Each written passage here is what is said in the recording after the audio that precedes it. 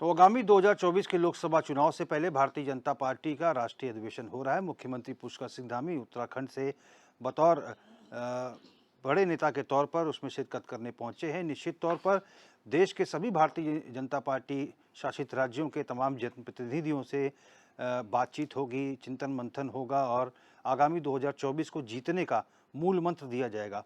और उत्तराखंड की अगर हम बात करें तो उत्तराखंड में जिस तरह से विधानसभा में यूसीसी पारित हुआ, नकल विरोधी कानून आया, लैंड जिहाद, लव जिहाद जैसे मसलों को लेकर कड़ाई से इसका अनुपालन कराया गया और इसके साथ ही महिलाओं को 30% क्षैतिज आरक्षण सरकारी नौकरी में दिया गया। राज्य आंदोलनकारियों को 10% क्षैतिज आरक्षण का जो विधेयक है वो विधानसभा से पारित करा लिया गया है।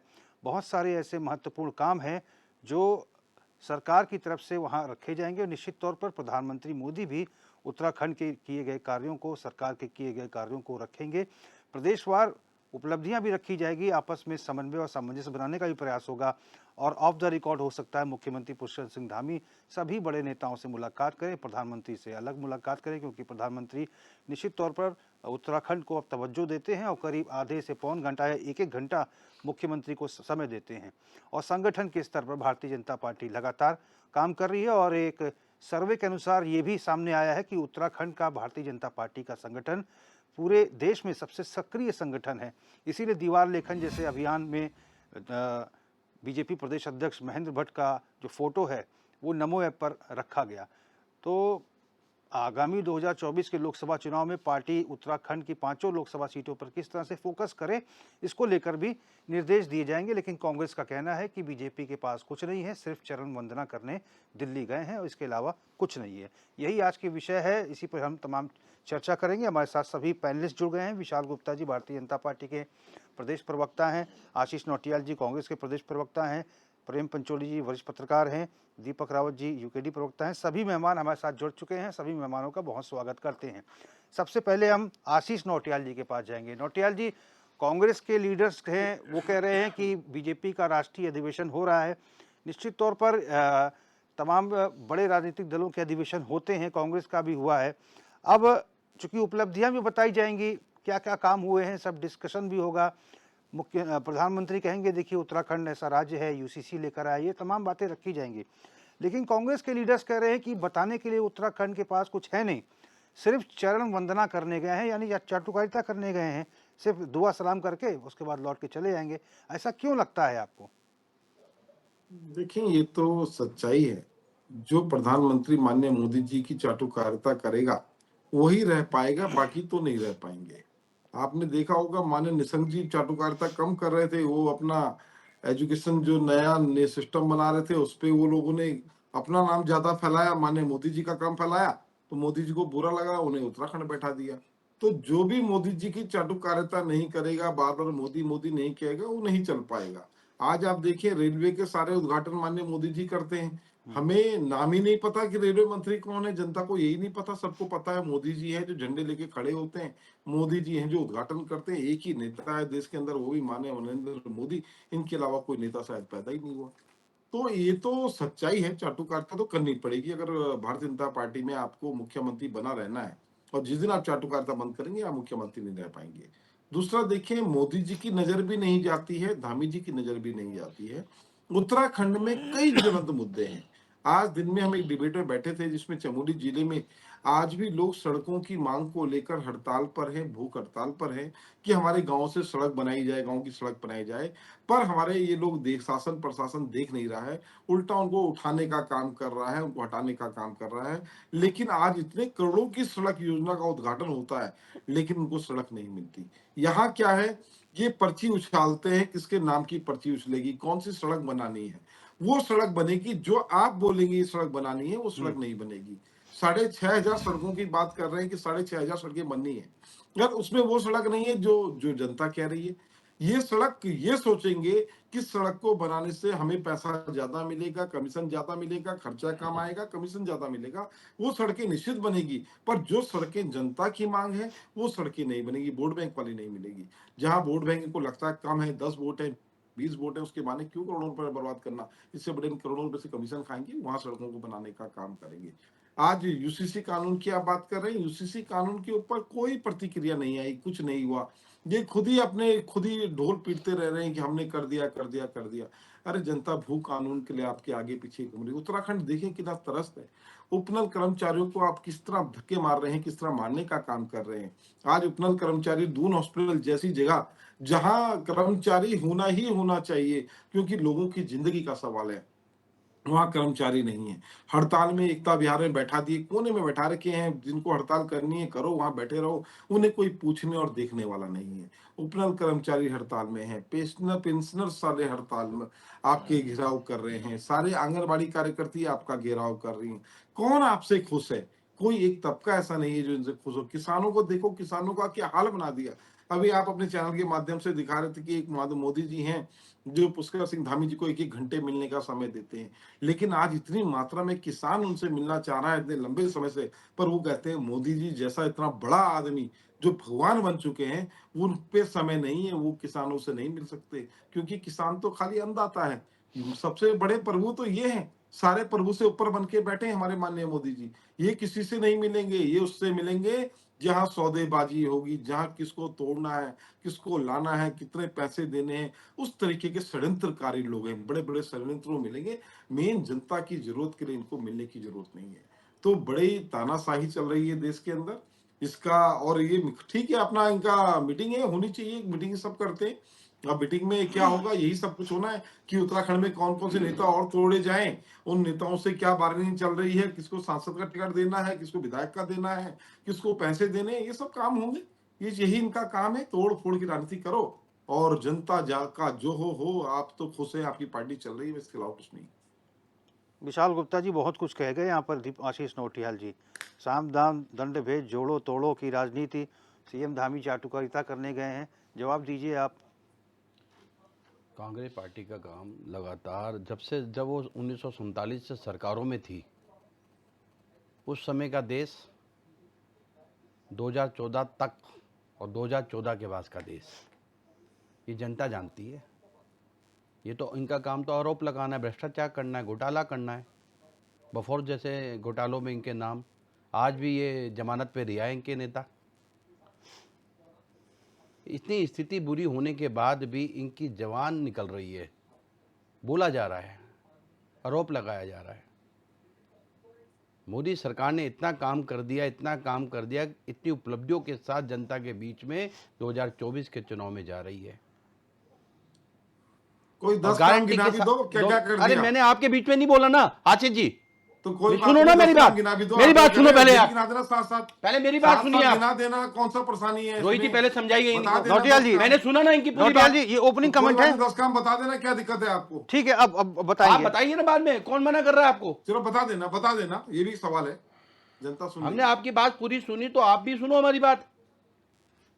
मोदी सरकार 2014 में आई, उससे पहले भारतीय जनता पार्टी को 18% वोट मिले थे और 2014 के बाद 282 सीटों में 31.3% वोट मिला और 2019 के चुनाव में 303 सीटों के साथ 37.3 वोट मिला। आप बताइए, उपलब्धि नहीं है तो ये परसेंटेज कहां से बढ़ गई, ये सीटें कहां से बढ़ गई? बोलने और आरोप लगाने से केवल काम चलता है क्या? देश के अंदर उपलब्धियों के साथ गरीब समर्पित सरकार के भाव से चलाने वाली, हर बुजुर्ग को दवाई देने की बात करने वाली, हर महिला को सम्मान देने की बात करने वाली, हर युवा को कमाई देने की बात करने वाली, वो भारतीय जनता पार्टी की सरकार 2014 के पहले दिन की बात मैं आज बोलना चाहता हूं। गरीब को समर्पित भाव से सरकार चलाने वाले मोदी जी ने चौखट पे माथा टेक कर सदन संसद के अंदर प्रवेश किया था और उसी दिन से आज तक का दिन है, 10 साल का जीवन सफर हो गया। एक एक बात को मैं आपको पॉइंट वाइज बताऊंगा, आशीष जी ध्यान लगाकर सुनना। आज इतना बड़ा राज्य एग्जीबिशन हो रहा है हमारा राष्ट्रीय परिषद का, 11,500 कार्यकर्ताओं की एक टीम वहां बैठी है, देश के हर कोने का कार्यकर्ता वहां आया है। 10,46,000 बूथों की संरचना के साथ पूरा देश का काम चल रहा है, जिसमें से 161 सीटें भारतीय जनता पार्टी कमजोर थी, वहां भी भारतीय जनता पार्टी ने अपनी मजबूती के साथ महारत हासिल करी है और इस बार हम उसे जीतने जा रहे हैं। सरकार किस भावनाओं के साथ काम कर रही है? सरकार उपलब्धियों के साथ कर रही है। उपलब्धियां बताता हूं, ध्यान लगाकर सुनना। 7 IIT college, 7 IMS, 15 AIIMS medical college, 16 IIT triple IT college. क्या ये कम उपलब्धि है? 80,000 से ज्यादा खाद्यान्न योजना में फ्री में अनाज देना, 4 करोड़ आवास देना, ये कम योजना है गरीब समर्पित सरकार के भाव की? आयुष्मान भारत, 55 करोड़ लोगों को आयुष्मान से जोड़ना, 5 लाख का इंश्योरेंस। और WHO ने सबसे ज्यादा स्वर्णिम योजना पूरे विश्व की है तो आयुष्मान भारत योजना है, हेल्थ जिसमें हेल्थ केयर हो रहा है। स्वच्छ भारत में 11 करोड़ इज्जत घर। आज गांव की स्थिति देखिए, इज्जत घर के नाम से उन्हें संबोधन दिया जा रहा है शौचालय को। ये कम है क्या? ये 2014 से लेकर 2024 तक का सफर मोदी जी का 10 साल का, और 23 साल के जीवन के राजनीति जीवन के अंदर मोदी जी के ऊपर एक धब्बा नहीं लगा। आप आरोप लगाने का बात करते हैं। भ्रष्टाचार मुक्त प्रशासन देने की बात, शासन देने की बात मोदी सरकार करती है, और आज उन्होंने सिद्ध कर दिया 23 साल में अपने राजनीति जीवन में। आप मोदी जी के ऊपर आरोप लगा रहे हैं, जिनको देवता मानने लगी है जनता, भगवान के रूप में पूजने लगी है जनता। आरोप ना लगाइए, मोदी जी का साथ दीजिए। और आपके सारे बड़े बड़े लीडर मोदी जी के पास जाकर उनके विचारों के तालमेल मिलाकर भारतीय जनता पार्टी को ज्वाइन कर रहे हैं। ये कैसे संभव हो रहा है? और मुझे तो लगता है कि आशीष जी अगली बार आप भी ऐसे ही होगे, आप भी भारतीय जनता पार्टी ज्वाइन कर लोगे। मैं बोल रहा हूँ, आप भविष्यवाणी नहीं, मुझे लालच होगा तो जरूर करूंगा। अगर मैं भी लालची आप कहेंगे पद का तो मैं जरूर जब बीजेपी के मंच पर आएंगे, आप कहेंगे मैं मोदी जी के विचारों से प्रभावित था, मैं उनके तो साथ, आपके विचारों से बोलूंगा, मैं उनके साथ आपके मिल विचारों गया से हो हूं। जाऊंगा। ये होने वाला है, मोदी जी के नहीं, आपके ही होते ये होने वाला मोदी है। जी तो मिलते नहीं है। इसलिए मोदी जी मोदी मिलते सरकार नहीं है। अपने दम पर अपनी उपलब्धियों के साथ जनता के बीच में जा रही है। और जितना काम 2014 के बाद 2024 के अंतराल ये जो सफर हुआ है 10 सालों में हुआ, देश के अंदर उतना काम कभी नहीं हुआ। आप विश्व के पटल पर भारत का डंका बज रहा है, बड़े बड़े काम। धारा 370, आज मैं वो समय भी याद करता हूं 2019 के धारा 370 जब हटाई गई, और आज लक्ष्य भी 370 का दिया गया। ये इसलिए दिया गया, धारा 370 का हटाने का जो संकल्प था 1925 का, 1951 का, 1980 का, वो संकल्प को हमने पूरा किया। और 370 सीटें लाकर लोकसभा में भारतीय जनता पार्टी सबसे बड़ी पार्टी के रूप में, और एनडीए 400 लक्ष्य पार कर बहुमत के साथ सरकार बनाने जा रही है। ये विश्वास के साथ मोदी जी ने आज रखा है। ऐसी हो गया क्या? और ज्ञान का मूल मंत्र, ज्ञान का मूल मंत्र, जी माने गरीब, वाई माने युवा, और ए माने अन्नदाता, और एन माने नारी शक्ति। ऐसी भावनाओं के साथ ज्ञान का मूल मंत्र देकर अपनी सरकार का काम करने वाली मोदी सरकार 2024 में उपलब्धियों के साथ जनता के बीच में जा रही है। चलिए दीपक रावत जी, बीजेपी का राष्ट्रीय अधिवेशन हो रहा है, किस रूप में आप देखते हैं? क्योंकि चुनावों में 5 सीटों पे तो आप भी लड़ेंगे। रोहित जी, राष्ट्रीय अधिवेशन जो भारतीय जनता पार्टी का दिल्ली में हो रहा है, और उसके लिए उनके लिए शुभकामनाएं। और हमारे मुख्यमंत्री उत्तराखंड का चेहरा बन के या उत्तराखंड को रिप्रेजेंट करने के लिए वहाँ गए हुए हैं। ये उनका आंतरिक मामला है। राष्ट्रीय अधिवेशन में वो क्या करते हैं, क्या निर्णय लेते हैं, किन लक्ष्यों को प्राप्ति के लिए किस तरीके की बातें करते हैं, या कौन से संकल्प लेते हैं, ये सब उनका अंदरूनी मामला आप लोग कब कराएंगे? लेकिन हमारा तो अभी मेरे ख्याल से सितंबर में हुआ था। ये अलग बात है कि समाचार पत्रों और मीडिया में नहीं आया। लेकिन दूसरी जो विषय है वो ये है कि हम तो चाहेंगे कि मुख्यमंत्री जी एक दिन पहले जब यहाँ थे तो बताएं कि विधायक किन कारणों से गैरसैंण में बजट सत्र नहीं कर पाए, क्या ये भी वो वहाँ जाके बताएंगे? जो 5 सांसद से जिस 2024 में संसद में जो संसदीय मंत्री होते हैं, जो संसद से चुने जाते हैं, उनको चुनने की हम प्रक्रिया में आएंगे। लेकिन हमारे जो 5 सांसद हैं वो कहाँ हैं? इसके बारे में क्या आज तक आपके पास कोई जानकारी आई है? कौन से सांसद ने क्या किया है उत्तराखंड में? क्योंकि हम क्षेत्रीय दल है, हमें क्षेत्र से मतलब है। उत्तराखंड में अगर भारतीय जनता पार्टी कुछ करती है और अच्छा करती है प्रदेश के लिए, तो इसमें कोई संकोच नहीं है कि हम उसकी प्रशंसा ना करें। लेकिन यदि हमारे सांसद ही नहीं दिख रहे हो पूरे 5 सालों में, और सिर्फ भारतीय जनता पार्टी नरेंद्र मोदी के नाम पे हमारे जो पहाड़ी लोग हैं उनको भड़कलाएं सिर्फ जुमलों के नाम पे, तो वो कहाँ चलेगा।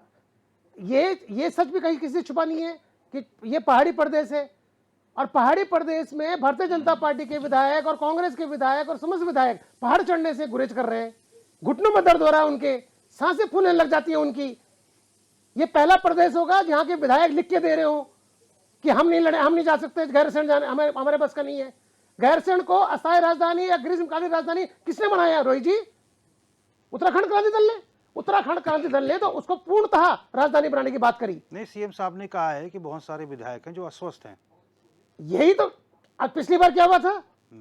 पिछली बार चारधाम यात्रा शुरू हो गई थी, उससे पहले क्या हुआ था? 6 दिन का सेशन था, 3 दिन में निपट गया क्योंकि बर्फबारी हो गई। आप ये बताइए ना, इनकी मंशा में शंका पैदा होती है। ये आज भी पिछले 22 वर्षों में, चाहे भारतीय जनता पार्टी हो या कांग्रेस हो, उत्तराखंड क्रांति दल इन दोनों स्पष्ट करता है, इस प्रदेश के लिए एक सांपनाथ है, एक नागनाथ है। इस प्रदेश को इनके मुख से कुछ भी नहीं मिले, कुछ भी हो, ये जहरी उगलेंगे और जहरी मिलेगा। आप मुझे बताइए, 22 वर्षों से आज तक राजधानी अस्थायी क्यों? इसका जवाब कौन देगा? इसका जवाब भारतीय जनता पार्टी को देना पड़ेगा, इसका जवाब कांग्रेस को देना पड़ेगा। क्या कारण है भारतीय जनता पार्टी और 2024 के इलेक्शन को जीतने के लिए, संसदीय 5 की 5 सीटों को जीतने के लिए गांव चलो का अभियान का नारा देती है? रोहित जी, मैं बड़े विनम्र होकर पूछना चाहता हूं विशाल जी से कि क्या गैरसैंण गांव नहीं है? ये किस गैरसैंण में लोग रहते नहीं है क्या? अभी जो जिस परिस्थितियों में गैरसैंण में रह रहा है, चाहे बर्फ हो रही हो, बर्फ नहीं हो रही हो, क्या वहां गांव नहीं है? वहां कौन जाएगा? ये सिर्फ जुमले वाली पार्टी हम लोग क्यों बोलते हैं? विपक्ष जुमले पार्टी भारतीय जनता पार्टी को तब बोलता है कि एक तरफ तो ये बखान करते हैं कि गांव चलो, गांव यात्रा, हम गांव जाएंगे, गांव जाएंगे, और जब बात आती है गांव जाने की, गैरसैंण जाने की, तो पत्र लिख के कह देते हैं जिस हमारे बस को तो जाना नहीं है। क्या उसमें भारतीय जनता पार्टी के विधायक नहीं है? क्या उसमें कांग्रेस के विधायक नहीं है? क्या कारण है कि जो यहां के लोगों की भावनाएं थी कि गैरसैंण राजधानी हो, दिक्कत कहां है रोहित जी? कि विधायकों की भावनाओं का ख्याल तो भारतीय जनता पार्टी और कांग्रेस रखती है, और जन भावनाओं का ख्याल रखने के लिए उत्तराखंड क्रांति दल है। इसीलिए इस मंच में भी इस बात को बोला जा रहा है कि क्या कारण है, स्पष्ट करिए। चाहे विशाल जी करे, चाहे मुख्यमंत्री करे, या स्वयं प्रधानमंत्री जी करे, कि क्या कारण है कि बजट सत्र गैरसैंण में नहीं हुआ किया जा रहा है। चलिए प्रेम पंचोली जी, सुविधाएं भी सारी हैं विधायकों के लिए, जनप्रतिनिधियों के लिए, गाड़ी से जाना है, सबके कक्ष हैं, सबको ये है, किसी को ठंडी ऐसी लगने वाली स्थिति तो है नहीं, और इतना तो बोझ नहीं पड़ पाएगा कि मतलब किसी का स्वास्थ्य इतना ज़्यादा खराब हो गया है। आखिर जब यहाँ सत्र होगा तो यहाँ भी तो प्रतिभाग करना ही होगा। मैं ये कह रहा हूँ कि ये दुनिया का पहला राज्य होगा जहाँ 2 राजधानी और 3 विधानसभाएं होगी, है ना? तो ये बड़ा ऐसा है, सवाल है कि जिसको समझने के लिए बहुत कुछ करना पड़ेगा राजनीतिक दलों को। और इस राज्य में जहाँ 2 राजधानी और 3 विधानसभाएं हो, वहाँ विकास के मानक क्या हो सकते हैं, वो इसी बात से समझ में आ जाती है। और इसके बाद जब हम पक्ष और विपक्ष को सुनते हैं या उनकी खबरों को लिखते हैं, तो जब विपक्ष कहता है तो ऐसा लगता है कि कुछ नहीं हो रहा है, कुछ भी नहीं हो रहा है। लेकिन जब पक्ष कहता है कि सब कुछ हो रहा है, वाह वाह वाह, उसके बाद भी फलानी जगह आंदोलन हो रहा, फलाने विभाग के दफ्तर के आगे आंदोलनकारी बैठे हुए, फलाने विभाग के और में नौकरी नहीं मिली है, फलाने को हटा दिया गया है, जिलाधिकारी कार्यालय देहरादून में फर्जी नियुक्ति हुई है, उसका कागज आज खुद जिलाधिकारी ने पकड़ा है। तो कहाँ गड़बड़ है फिर? ये चीज़ें समझने की ज़रूरत हमारे जिम्मेदार प्रतिनिधियों को है कि दरअसल यदि ऐसा हो रहा है तो आप क्यों नहीं आते सामने, क्यों नहीं बोलते आप इस तरह से? और जिस तरह से पूरे प्रदेश में जो मूवमेंट चल रहा है, अलग अलग जगह चल रहा है, कहीं हिंसा हो रही, कहीं हिंसा से लेकर के लोग बात कर रहे हैं, उससे तो ऐसा लग रहा है कि अगर ये वोट में तब्दील हो गया तो उसका जो निर्णय आएगा वो तो समय बताएगा, लेकिन उसका निर्णय अद्भुत आने वाला है, बहुत डिफरेंट निर्णय आने वाला है। जिस तरह से भाजपा, कांग्रेस और तमाम पार्टियों के प्रवक्ता जो बिल्कुल बहुत अच्छे ढंग से अपनी बात को रखते हैं, उनको वो इसके उलट हो जाएगा। जिस तरह से हर विभाग का आंदोलन है, आप देखो कि जो उपनल पे लगे, मैं तो व्यक्तिगत तौर पे ही उपनल की बात ये कहता हूँ कि उपनल की इस प्रदेश में ज़रूरत नहीं है, क्योंकि यहाँ सेवा योजना कार्यालय है और संवैधानिक रूप से उस कार्यालय को बनाया गया है। और उपनल की जब कभी सामने आएगी कोई चीज़ें तो तभी बताई जाएगी कि उपनल को संवैधानिक रूप से नहीं बनाया गया। वो ऐसे किसी आदमी ने बोला कि एक विभाग इसको बना दो, इसके थ्रू में नौकरी लगाओ, तो वो ऐसे उपनल के जैसे और सारी एजेंसियाँ हैं जिनको ठेका दिया गया है। आपको मैं बता दूं कि परिवहन निगम में एक ठेकेदार को ठेका दिया, फिर उसने दूसरे को ठेका दिया, वो दूसरा लगा रहा उन लोगों को नौकरी, ड्राइवर और परिचालकों, चालक और परिचालक की नियुक्ति वो कर रहा है। तो न वो संविदा वाले हैं, न वो अनसंविदा वाले हैं, वो कैसे बोले, न वो कैजुअल हैं, वो डेली वेज दिहाड़ी वाले। डेली वेज हम दिहाड़ी वाले को दिहाड़ी पकड़ो गाड़ी चला बात खत्म। ठेका तो ठेका भी नहीं कह सकते, पेटी ठेकेदारों के थ्रू, ठेकेदार पेटी ठेकेदारों के थ्रू लोग लग नौकरियां रहे जा रही हैं। है। तो अगर ये सब चीज़ें वोट में तब्दील कर दिया राज्य ने, हालांकि ये छोटा राज्य है और आम चुनाव जो लोकसभा चुनाव हो रहे हैं उसके लिए उत्तराखंड राज्य बहुत मायने नहीं रखता है, क्योंकि 5-6 सीटें, कोई 5 सीटें, कोई ज़्यादा 5 सीटें नहीं भी आएगी। और जैसे ये आंकड़ा दे रही कि 400 सीटें जीतनी है, अगर 395 सीट जीत गए तभी सरकार भाजपा की बनेगी। 5 सीटें नहीं जीतेंगे तो कोई फर्क नहीं पड़ेगा। लेकिन जो ये सवाल सामने आ रहा है कि क्यों ये आंदोलन क्यों हो रहा है, उनकी मांग क्यों नहीं। अभी आप देखो 20 तारीख को उत्तरकाशी जिले में, जो अभी मुझे व्हाट्सएप में खबर आई है, उत्तरकाशी में जितने भी ढोल बजाने वाले लोग हैं एक रैली कर रहे हैं। हमने कहा भाई तुम रैली क्यों कर रहे हैं, सब अपना ढोल नगाड़ा रणसिंगा लेके आ रहे हैं। हमने कहा क्यों कर रहे हैं भाई, वो कह रहे हैं भाई साहब कि हमारे साथ अन्याय हुआ है। अन्याय क्या हुआ है कि जब आंदोलनकारियों की सूची बनी तो एक भी ढोल बजाने वाला आंदोलनकारी नहीं है, और जबकि ऐसा कोई 10 लोगों का जुलूस, 5 लोगों का जुलूस भी होगा उसके आगे भी ढोल बजा, और वो ढोल बजा लेकिन ढोल वाले कहीं पता ही नहीं आंदोलनकारी में। तो वो कह रहे हैं कि हमारे साथ जात पात हुई है, हमारे साथ छुआछूत हुई है, ये सामने दिख रहा है। और ये मुकदमा मानव अधिकार आयोग, राज्य सरकार का जो मानव अधिकार आयोग है, बहुत वरिष्ठ IAS ऑफिसर जो रिटायर हो चुके चंद्र सिंह जी, वो इस मुकदमा को लड़ रहे हैं पिछले 5 साल से, उनको कोई निर्णय नहीं दे रहा है। इतने सीनियर IAS ऑफिसर को कभी भी हमारे मुख्यमंत्री ने, तमाम मुख्यमंत्रियों ने, जिस राज्य को अभी सिर्फ 5 मुख्यमंत्री मिलने थे और आधा दर्जन से ज़्यादा मुख्यमंत्री यहाँ बन गए, किसी भी मुख्यमंत्री को नहीं बुलाया उस व्यक्ति को। एक सीनियर IAS ऑफिसर, पूरे देश का ऐसा IAS ऑफिसर जिसमें ईमानदारी के लिए कहते हैं कि ऐसा ईमानदार ऑफिसर पूरे देश में नहीं हुआ है, वो व्यक्ति मानव अधिकार आयोग में बात कर रहा है कि उत्तराखंड के अनुसूचित जाति के एक समुदाय को आंदोलनकारी नहीं बनाया। क्यों नहीं बनाया उस कारण बता दो। उन्होंने ये नहीं बोला कि बनाओ। जब इस तरह की छोटी छोटी चीज़ें सामने आ रही है तो सारे राजनीतिक दल चुप रह रखे हैं, और कोई उपनल के साथ झगड़ा कर रहा है, कोई एजेंसियों के साथ झगड़ा कर रहा है, कोई परिवहन निगम में नौकरी दिला रहा है, कोई पिछले दरवाजे से देहरादून जिला अधिकारी कार्यालय में फर्जी नियुक्ति पत्र दिला दिया है। तो जो ये छोटी छोटी चीज़ें सामने आ रही है, छोटे राज्य के लिए बड़ा संकट है, और ये कहीं ना कहीं विकास के कार्यों पे मुझे लगता है कि बहुत सारा संकट आने वाला है। रुकेगा विकास के कार्य, इस तरह से आगे नहीं बढ़ने। आप अगर आम आदमी की बात को नहीं समझेंगे, आम आदमी की डिमांड को पूरी नहीं करेंगे तो बहुत मुश्किल है, और भाजपा कांग्रेस के प्रवक्ता बोलते रहेंगे। नौटियाल जी, आशीष नौटियाल जी, जिस बात को लेकर दीपक रावत जी ने कहा कि साहब उत्तराखंड के हक हकूक की बात की जाती है, लेकिन अब जब गैरसैंण में सत्र की बात आई तो उसमें बीजेपी और कांग्रेस दोनों ही दल के जो विधायक हैं उन्होंने लिखित में दिया सीएम को साइन करके कि साहब अस्वस्थ हैं, यही सत्र कराइए। इस पर आप भी जवाब दीजिएगा और विशाल गुप्ता जी से भी जवाब लूंगा। देखिए, हमारे विधायकों ने तो तब भी कहा था जब यूसीसी कानून ला रहे थे कि आप इस पे चर्चा कराएं, इस पे चर्चा होनी चाहिए, इस पे कई बातें बोली, लेकिन इन्होंने सुनी नहीं। और अभी भी हम ये कह रहे हैं, अगर हमारे किसी विधायक ने कहा है, पहली बात तो हमारे नॉलेज में ये आया ही नहीं कि कौन विधायक ने बोला है, पर ये कहते हैं कि हमारे किसी विधायक ने साइन कर रखे हैं, जिसने भी किए, हम इसके बिल्कुल पक्षधर नहीं है। ये जो सत्र है ये वही होना चाहिए गैरसैंण में, और जबकि पूर्णकालीन राजधानी सत्र वही होनी चाहिए। लेकिन ये तो सिर्फ ये लोग कह रहे हैं कि आपके विधायकों ने बोला, बहुतों ने बोला, ये कुछ नहीं है। 2024 की चुनाव की तैयारी है, जिसको ये लोग देहरादून में रह के ज्यादा अच्छी पूरी कर सकते हैं, क्योंकि यहाँ से दौड़ लगाना आसान है, क्योंकि कभी भी इनके आका का मैसेज आ सकता है दिल्ली से कि तुरंत आओ, तो कैसे भागेंगे। तो इनको व्यवस्थाओं के लिए यही रहना जरूरी है।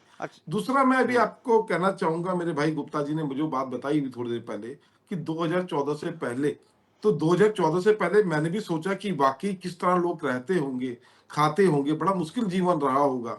जमीन में बैठकर किस तरह खाना खाते होंगे, गैस नहीं होंगे, गैस चूल्हे नहीं रहे होंगे, सरकारी नौकरियां नहीं रही होगी, पैसे नहीं, रोको रुपए का आदान प्रदान, क्या माल का आदान प्रदान होता होगा, कैसे कि करेंसी नहीं रही होगी, कंप्यूटर नहीं रहा होगा, लैपटॉप नहीं होगा, ना हॉस्पिटल होंगे, ना शिक्षा, ना मतलब ऐसा लगता है जैसे 2014 से पहले जब भारतीय जनता पार्टी के प्रवक्ताओं की बात सुनो, कुछ था ही नहीं। और जो प्रकट हुआ सीधा, जैसे ही माननीय मोदी जी, जैसे होता था ना पुरानी पिक्चरों में, जब भगवान आते थे तो पूरा उजाला हो जाता, अंधकार खत्म हो जाता था, तो उस तरह इन्होंने आके अंधकार को खत्म करके एकदम उजाले में परिवर्तित कर दिया। देश के अंदर कंप्यूटर भी आया, गैस भी आई, देश के अंदर खुशहाली, नौकरियां, पेंशन लग गई, तो सब व्यवस्थाएं इन लोगों ने कर दी, ऐसा लगता है। आज आप बताएं, थोड़ी देर पहले अभी मेरे गुप्ता भाई साहब ने कहा कि हमें क्यों जनता ने सपोर्ट किया, हम इतने वोट कैसे लाए, 18% से आप 38% कैसे पहुंच गए। तो मेरे भाई साहब, मैं आपको बताना चाहूंगा, जनता ने आपको निश्चित सपोर्ट किया। जब माननीय मोदी जी ने बोला कि जब हम आएंगे तो देश के अंदर इतना काला धन जो कांग्रेस पार्टी का वहां जमा है उसको लेके आएंगे, ऐसा कानून बनाएंगे कि उस काले धन को देश के अंदर लाएंगे, और जब धन आएगा तो 15-15 लाख सबके अकाउंट में देने के बाद भी बच जाएगा। इनकम टैक्स पे जो होगा उसको हम 10-10% जिसने ईमानदारी से आज तक पे किया, 10% गिफ्ट दे देंगे माननीय मोदी जी अपनी तरफ से। तो जनता ने ये बात भी सुनी थी। जनता ने ये भी सुना कि स्मार्ट सिटी का प्रोजेक्ट आएगा, और ऐसा स्मार्ट सिटी होगी कि बस गजब ही हो जाएगा, वो भी जनता ने सुना था। गंगा इतनी गंदी कर रखी है कांग्रेस ने, हम आएंगे तो एकदम गंगा स्वच्छ हो जाएगी, अवरुद्ध हो जाएगी, वो भी जनता ने सुना था। गाय का अपमान की बात करते थे आप, गाय को किस तरह हम रख रहे हैं और आप लोग क्या करेंगे, वो भी जनता ने सुना। और हमने यहाँ कड़वा पानी में ये भी देखा कि किस तरह भाजपा के नेता द्वारा एक गौशाला चलाई जाती है जो जिंदा गायों को दबाने का काम करते हैं, वो भी हमने अभी कुछ दिन पहले देखा। भैरव सेना संगठन के लोग जब वहां गए तो उनको रोकने के लिए पुलिस वाले बीच में खड़े कर दिए गए कि आप अंदर नहीं आ सकते। उन गायों की दुर्दशा भी हम लोगों ने देखी है। आपने कहा हम आएंगे तो 2 करोड़ रोजगार देंगे, जब इतने वादे करोगे तो जनता विश्वास कैसे नहीं करेगी। हम आप पे विश्वास कर देंगे इतने झूठ पे। और झूठ तो बहुत आसान होता है, झूठ इतना आसान होता है कि तुरंत बिक जाता है, और सच में समय लगता है। अगर मैं सच कहूं कि मैं आऊंगा तो भैया देश के ऊपर इतना कर्जा है, पहले तो उस कर्ज को खत्म करूंगा, उसके बाद सोचूंगा नौकरी दूंगा कि नहीं दूंगा, तो मुझे वोट कौन देगा। इन्होंने इस बात की चिंता नहीं, इन्होंने 2 करोड़ रोजगार ऐसे बोल दिए कि कोई, जैसे कि इनके हाथ में कोई जादू की छड़ी है और फटाफट कर देंगे। और आज भी परसों ही कुछ 4 दिन पहले डिबेट में बैठा था, उसमें बड़ी तालियां बज रही थी कि मुख्यमंत्री धामी जी ने 6000 रोजगार दे दिए। तो आज ऐसा समय आ गया कि रोजगार के प्रमाण पत्र देने के लिए भी, अपॉइंटमेंट लेटर देने के लिए भी स्वयं प्रधानमंत्री जी प्रकट होते हैं और मुख्यमंत्री प्रकट होते हैं, तब जाके हाथ में अपॉइंटमेंट लेटर देके शुभकामनाएं देते हैं। हमने उस दौर देखा है, जब जब लोगों के पास होते थे तो अखबारों में लंबी लंबी लिस्टें आती थी, ये पास हुए, लोग अखबारों में पढ़ते थे, उसका रिजल्ट आ गया, उसका रिजल्ट आ गया, वो सब समय हमने देखा है। तो देखें, झूठ और गुमराह करने की राजनीति बंद करो, सच्चाई और धरातल पे बात करो। धरातल पे स्थिति ये है कि जनता त्रस्त है, और अगर इस बार भी गलती से भारतीय जनता पार्टी जीत गई तो फिर तो कल्पना करना ही बेकार है। देश में क्या होगा ये हम लोग कल्पना भी नहीं कर सकते। ये तानाशाही, ये षड्यंत्रकारी लोग क्या देश में बना देंगे, लोगों का क्या हाल बेहाल कर देंगे, इसकी हम कल्पना भी नहीं कर सकते। नहीं तो जनता तो एक बार नोटियाली गलती करेगी, 2 बार करेगी, इस बार भी गलती से जिता देगी क्या? देखिए, मैंने ये नहीं कहा करेगी, नहीं करनी चाहिए जनता को। अगर गलती हो गई, या इनका ईवीएम मशीन है गलती कर गई, कोई ना कोई अगर गलती हो गई तो त्रस्त हो जाएंगे, कोई रहने लायक नहीं बचेगा, खाने लायक नहीं बचेगा। आज जिस बात के लिए ढोल पीट रहे हैं, हमने 80 करोड़ 85 करोड़ लोगों को मुफ्त का खाना दे रहे हैं, तो इस बात से समझिए मुफ्त का खाना वही ले रहा होगा जो गरीबी रेखा से नीचे होगा। और जहां तक ये आयुष्मान कार्ड की बात कर रहे हैं, आयुष्मान कार्ड के लिए पहले तो राशन कार्ड कंपलसरी है। आप आयुष्मान कार्ड बनाने जाएंगे तो कहेगा आपके राशन कार्ड कहाँ है, राशन कार्ड तो सारे सरेंडर हो गए, आयुष्मान कार्ड सबके थोड़ी बने, झूठ बोलते हैं। और जब कोई जाता है इलाज कराने के लिए तो पहले तो 20-40 हजार उसे अपनी जेब से ही खर्च करना पड़ता है। उसका अल्ट्रासाउंड होता है, उसका सीटी स्कैन होता है, उसका एमआरआई होता है। जब सब चलिए, टेस्ट हो जाता गुप्ता है, जी, जब प्रॉब्लम डिटेक्ट होती है, चलिए तो जवाब ले उसके लेता बाद हूँ। आयुष्मान कार्ड नौटियाल जी चलता जवाब ले है। तो लेता हूँ आयुष्मान विशाल। कार्ड तो इनका फर्जीवाड़ा है। चलिए विशाल गुप्ता जी, अब जवाब दीजिए, बहुत अच्छे सवाल आप दागे हैं। रोहित जी, आशीष जी ने विस्तार से हर चीज़ को बताया, आरोप लगाया कि, और तीसरी बार के लिए भी पक्का कर दिया कि भारतीय जनता पार्टी आ रही है। और ये कह रहे कि तीसरी बार भारतीय जनता पार्टी आएगी, बहुत दिक्कत हो जाएगी। दिक्कत किसके लिए हो जाएगी? कांग्रेस के कार्यकर्ताओं के लिए, कांग्रेस के नेताओं के लिए, और किसी के लिए नहीं होगी। आप पूरे विश्व के ग्रोथ रेट निकाल के देखिए, पूरी सार्वजनिक तरीके से बड़ी एजेंसी ने इसको निकाला है, मैं आपके सामने रख रहा हूँ। 1.5 यूएसए पर, 0.9 जर्मनी, 4.2 चाइना, और 1 पॉइंट जापान, और 6.3 भारत। ये 10 साल के अंतराल के। ये मैंने तो बनाई नहीं रिपोर्ट, ये तो एजेंसी का काम है। आज मैं इसलिए डाटा लेकर आया हूं, इनके मुंह बंद हो जाए।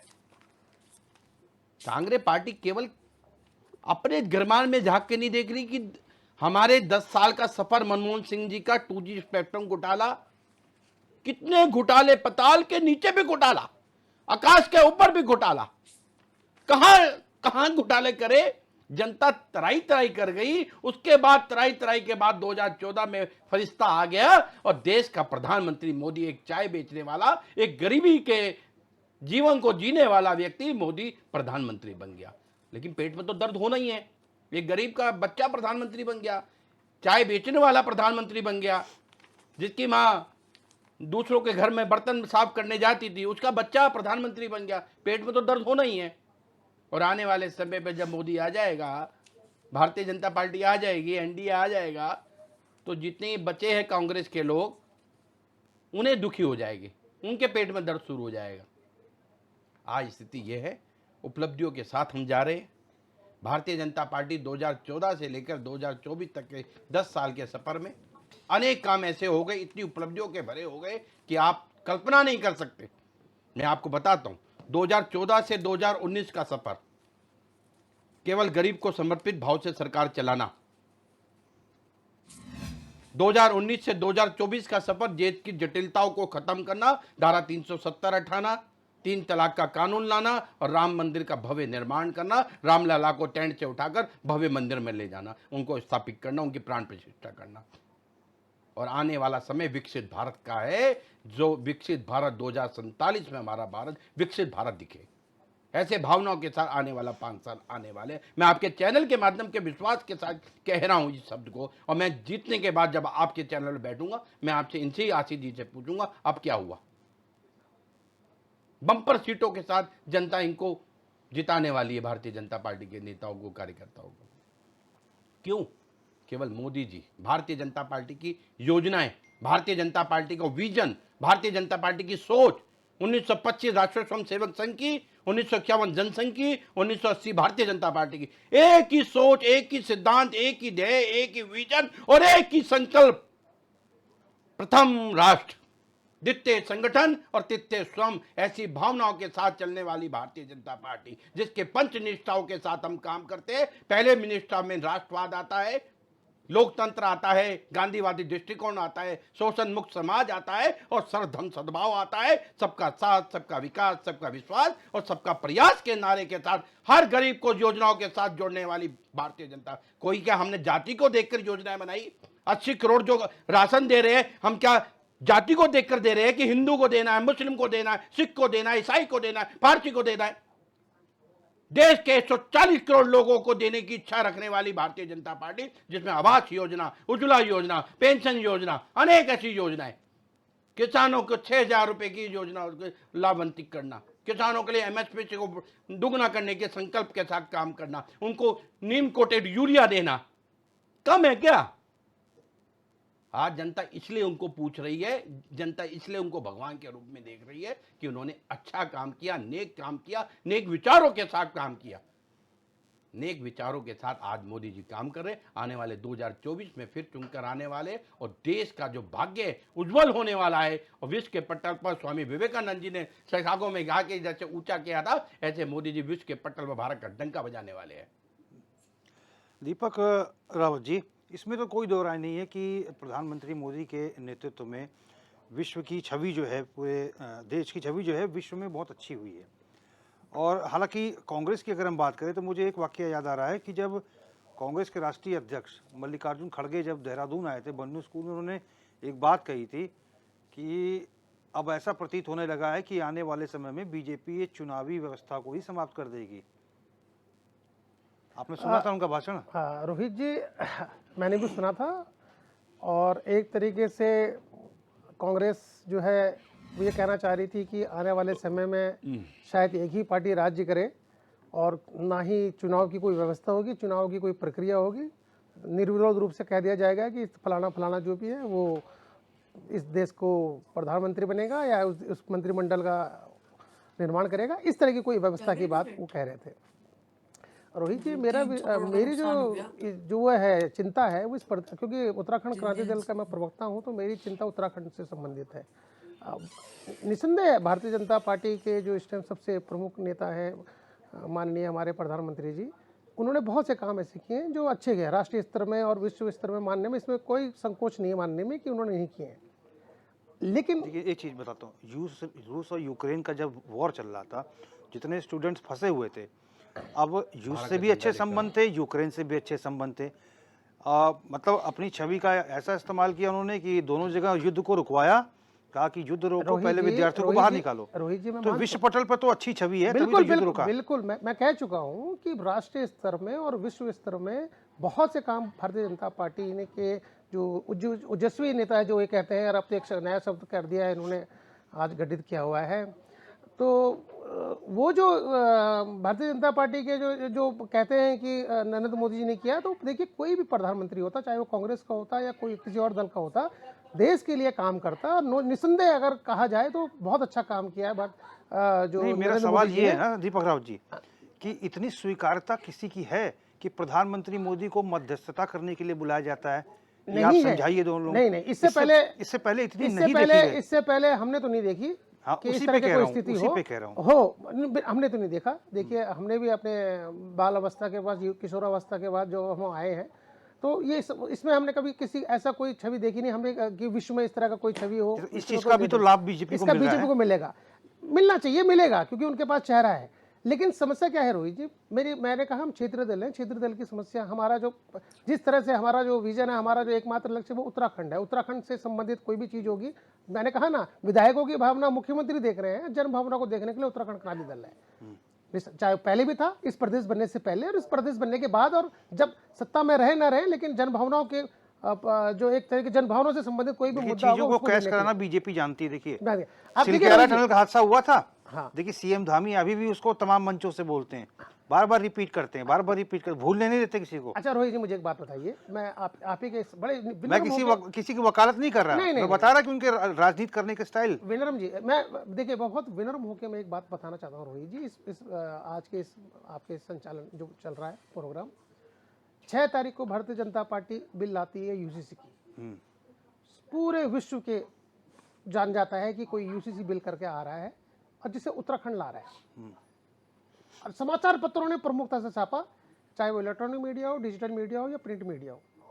7 तारीख को फिर एक न्यूज़ आती है कि सदन में पास हो गया, भारतीय जनता पार्टी इसका पूरा प्रचार करती है,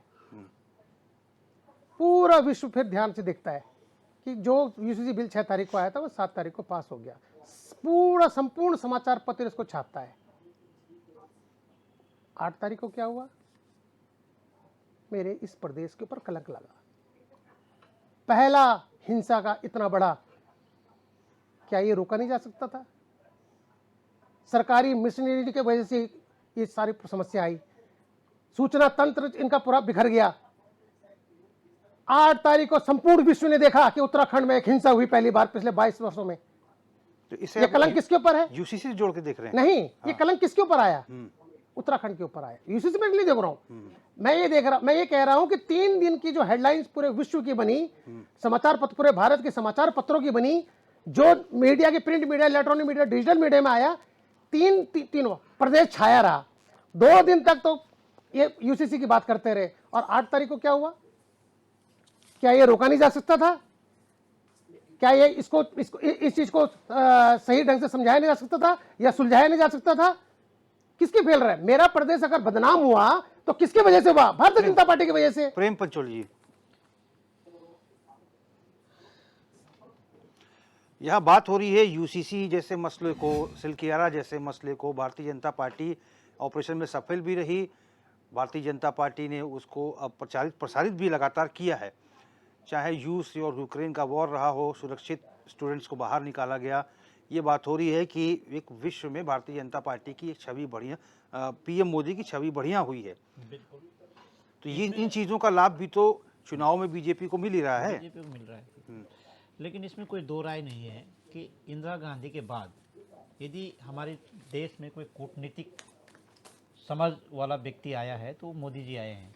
क्योंकि इंदिरा गांधी को भी पूरी दुनिया में कूटनीति की लिस्ट माना जाता था। और आज भी आप देखिए कि कतर में हमारे देश के लोगों को फांसी की सज़ा हो रखी थी, माफ हो गई। हाँ वो माफ़ हुए और अपने देश उनको वापस लाया गया उन लोगों को।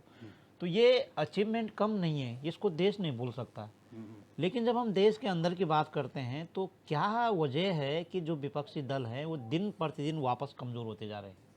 मैंने कई बार कहा कि भारतीय जनता पार्टी के पास एक ऐसी कारीगरी है कि जो सबसे छोटा कार्यकर्ता है उसका भी उतना ही योगदान है, और जो सबसे बड़ा कार्यकर्ता है उसका भी उतना ही योगदान है। हाँ, ये अभी 2 दिन पहले भी आपने कहा था कि भाई राज्यसभा का नामांकन हुआ, कांग्रेस ने वॉकओवर दे दिया। हाँ, हाँ। तो अगर मैं ये कह रहा हूँ कि अगर भारतीय जनता पार्टी के सामने अगर विपक्ष खड़ा होता तो कई सारी चीज़ें जो इनके आरोप थे, विपक्ष के लोगों के जो आरोप थे, उन आरोपों पे कहीं ना कहीं इम्प्लीमेंट होता।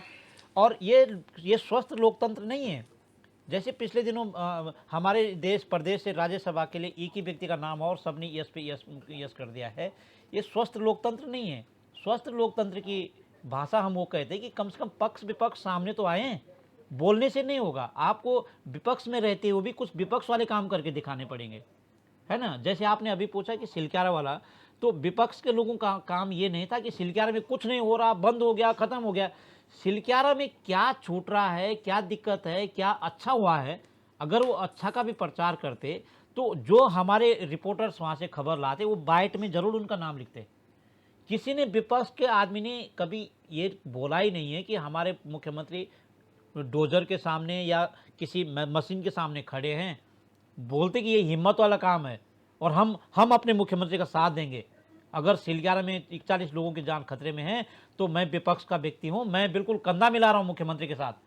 क्या मजाल कोई हमारे रिपोर्टर या हमारे जैसे रिपोर्टिंग करने वाले लोग उनका अलग से बॉक्स में वर्जन नहीं लेते। सीधा बोला कि सिलक्यारा का पैसा खा दिया, सिलक्यारा खत्म हो गया, ये है सो है। मैंने सिलक्यारा पे कई सारी चीज़ें, सिलक्यारा पे जब आप लोगों ने डिबेट करवाए तो हमने बहुत सारी चीज़ें निकाली सामने पे। कभी विपक्ष के आदमी ने वो नहीं लाया कि वहाँ के बहुत अच्छे एक नौजवान साथी ने एक ऐसी रिपोर्ट लिखी जो सिलक्यारा हादसा हुआ, उसने उस रिपोर्ट में लिखा बाकायदा, प्रधानमंत्री से लेकर के पटवारी तक उसने चिट्ठी दी कि ये सिलक्यारा में घटना घटने वाली है। तो किसी विपक्ष ने उसके कागज़ को नहीं लिया, और जब नहीं लिया तो उसको मजबूरन भारतीय जनता पार्टी को ज्वाइन करना पड़ा। उसको उस काम को करवाना था, तब तक घटना घट गई। प्रकृति साथ किसकी लगती है। तो जो ये कारीगरी है, विपक्ष के लोगों को आज भी बहुत सारा समय है, टेक्नोलॉजी है, टेक्नोलॉजी पे तो किसी भाजपा कांग्रेस का हक नहीं ना। जो हमारे पास टेक्नोलॉजी आई है वो तो सभी के लिए है।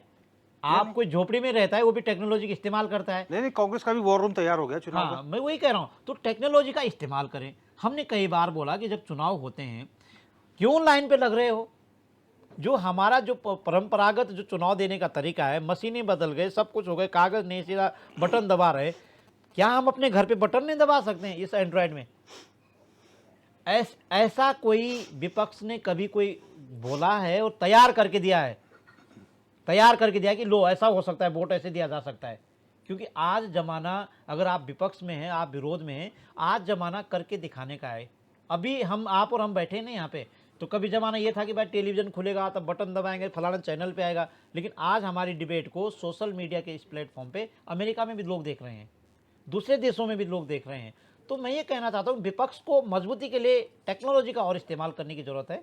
और ऐसा नहीं कि आपकी बात नहीं सुनी जा रही, आपकी बात, आप समाज की बात कर रहे हैं, आप जनता की बात कर रहे हैं। कई बार आपने बहुत सारी इशू उठाए, जैसे यूसीसी का मामला है, उसमें कई सारी चीज़ें उठाई, विपक्ष के दलों को पूछा ही नहीं गया। ये स्वाभाविक है, ये तो हमारे सामने भी रिपोर्टें आई, कई बार नहीं पूछा गया, एक तरफा निर्णय लिया गया है। और जिनको पूछा गया वो कौन लोग थे, वो सामने पे नहीं आए। बहुत सारी चीज़ें हैं कि जिस पे बात करने की ज़रूरत है, वो विपक्ष के लोगों को मजबूती से, संगठनात्मक रूप से। क्योंकि कई बार हमारे राज्य में, मैं अपने राज्य की बात करूँगा तो हमारे राज्य में बहुत सारे संगठन टूटे हुए हैं।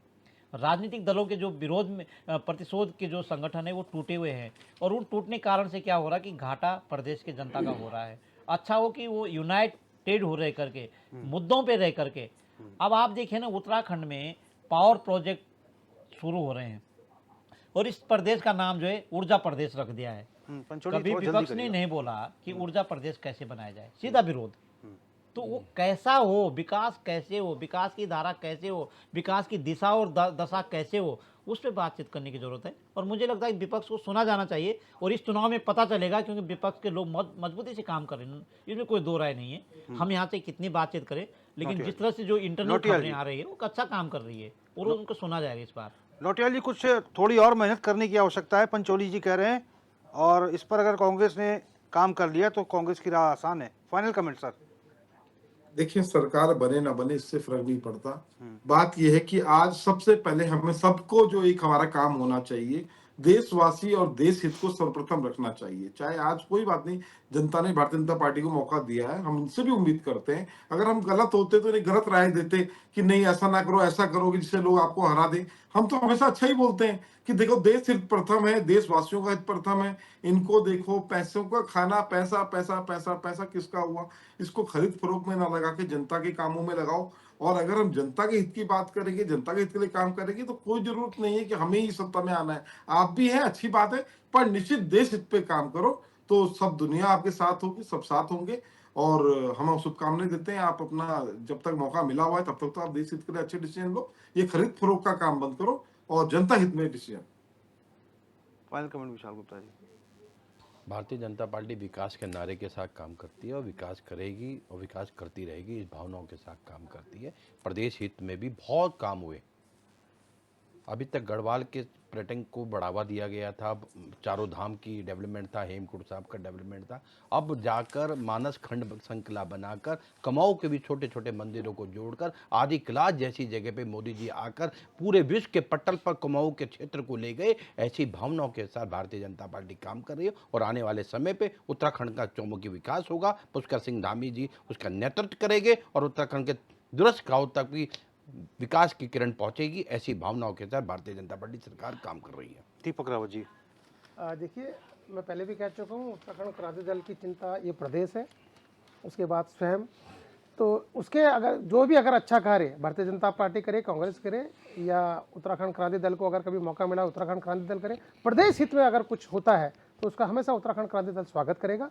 लेकिन यदि इस कोई भी ऐसी घटना घटती है जिसकी चर्चा मैं पूर्व में कर चुका हूँ, तो ये उत्तराखंड क्रांति दल बर्दाश्त नहीं करेगा, क्योंकि एक तरीके से बहुत बड़ा धब्बा लगता है प्रदेश के लिए, जो कि ये प्रदेश कभी उस चीज़ के लिए कभी जाना नहीं गया, कभी पहचाना नहीं गया। इसकी पहचान कभी ऐसी रही नहीं, बहुत शांत प्रिय प्रदेश रहा है। उस जब ऐसी कोई घटना घटती है तो उसका विरोध करना भी उत्तराखंड क्रांति दल जानता है और बार बार करा है। बाकी भारतीय जनता पार्टी का जो आज का टॉपिक था अधिवेशन का, वो उनको शुभकामनाएं। क्या संकल्प लेके वो वहाँ से बाहर निकलते हैं, क्या संकल्प लेके वो पूरे भारत में जाते हैं, ये उनके ऊपर है, उनका आंतरिक मामला है। इस पर उत्तराखंड क्रांति दल किसी प्रकार की टिप्पणी नहीं करेगा। पंचोली जी। जी, मैं ये कह रहा हूँ कि इस आधुनिक युग में सभी राजनीतिक दलों के मैनिफेस्टो में ये आना चाहिए कि जो भी सरकार में आए, आंदोलन न हो, असंतुष्टों की भीड़ न हो। तो कैसे हम मैनेज करेंगे कि संतुष्ट लोग ज़्यादा दिखाई दें, क्योंकि 100% रिजल्ट आता नहीं, कभी भी नहीं आता है। तो संतुष्टों की भीड़ ज़्यादा दिखाई दे और असंतुष्टि की भीड़ कम दिखाई दे। इस विचार से आगे बढ़ेंगे तो मुझे लगता है कि देश का विकास, जो हम विश्व पटल पर अपनी उपस्थिति दर्ज कराना चाहते हैं, नहीं तो ये इस देश में ऐसा ही चलेगा कि लोग आ रहे हैं, जुलूस निकाल रहे हैं, प्रदर्शन कर रहे हैं। ये जुलूस प्रदर्शन कब कम होंगे? अगर हम 21वीं सदी में हैं तो इस जुलूस प्रदर्शन की परिपाटी को कम करने के लिए एक ऐसा एजेंडा सभी राजनीतिक दल अपने मैनिफेस्टो में लाएं, क्योंकि लोकतंत्र का जो बहुत बड़ा पर्व आने वाले दिनों में तुरंत हमारे सामने है। उस मैनिफेस्टो में आने चाहिए दलों के कि वो क्या ऐसा करेंगे कि जो आंदोलन, प्रदर्शन, जुलूस, सरकार से नाराजगी, ये कम हो जाए, अधिकांश कम हो जाए। तो ये अपेक्षा की जानी चाहिए और करते हैं, समाज के लोग यही करते हैं। चलिए, आप सभी मेहमानों का बहुत बहुत धन्यवाद। विशाल गुप्ता जी, आशीष नौटियाल जी, प्रेम पंचोली जी और दीपक रावत जी, आप लोग चर्चा में आप लोगों ने हिस्सा लिया, आप लोगों का बहुत बहुत धन्यवाद। और कुल मिला के लबो लबाब यही है कि सरकार किसी की भी आए, लेकिन जनता की स्थिति सुधरनी चाहिए, जनता के हालात में बदलाव होना चाहिए। और जिस वायदे को लेकर पार्टियां चुनाव में उतरती हैं और जब सरकार अस्तित्व में आती है और जनप्रतिनिधि को मौका मिलता है, तो निश्चित तौर पर उस नेता को, उस जनप्रतिनिधि को जनता की आकांक्षाओं पर खरा उतरना चाहिए, क्योंकि 2024 का चुनाव बिल्कुल दहलीज पर खड़ा है। वैसे में भारतीय जनता पार्टी का राष्ट्रीय अधिवेशन हो रहा है। डिबेट का मुद्दा हालांकि राष्ट्रीय अधिवेशन था, लेकिन चूंकि जब राजनीति की बात होती है तो चर्चा बहुत दूर तक चली जाती है और इसीलिए क्वेश्चन आवर में बहुत सारे मसलों को लेकर चर्चा की गई। फिलहाल क्वेश्चन आवर मेरे साथ बस इतना ही। देश और प्रदेश की तमाम बड़ी खबरों के लिए आप देखते रहिए चैनल 24x7, जुनून सच दिखाने का।